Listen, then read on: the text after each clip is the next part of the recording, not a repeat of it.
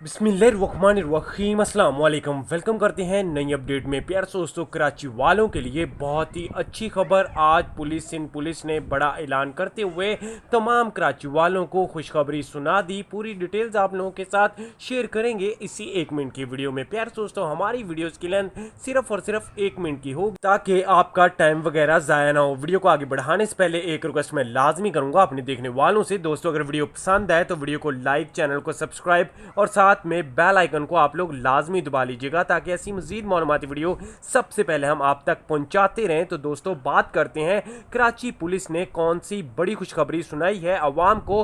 अगर कल की बात की जाए तो NCOC की जानिब से यह ऐलान कर दिया गया था कि जिन्होंने वैक्सीन की 2 डोज नहीं लगवा रखी उनको गिरफ्तार किया जाए। तो कल की बात है कि कल 40 बंदों को गिरफ्तार कर लिया गया था, लेकिन आज सिंध हुकूमत की जानिब से यह ऐलान कर दिया गया है कि किसी को गिरफ्तार नहीं करेंगे, सिर्फ और सिर्फ जुर्माना होगा।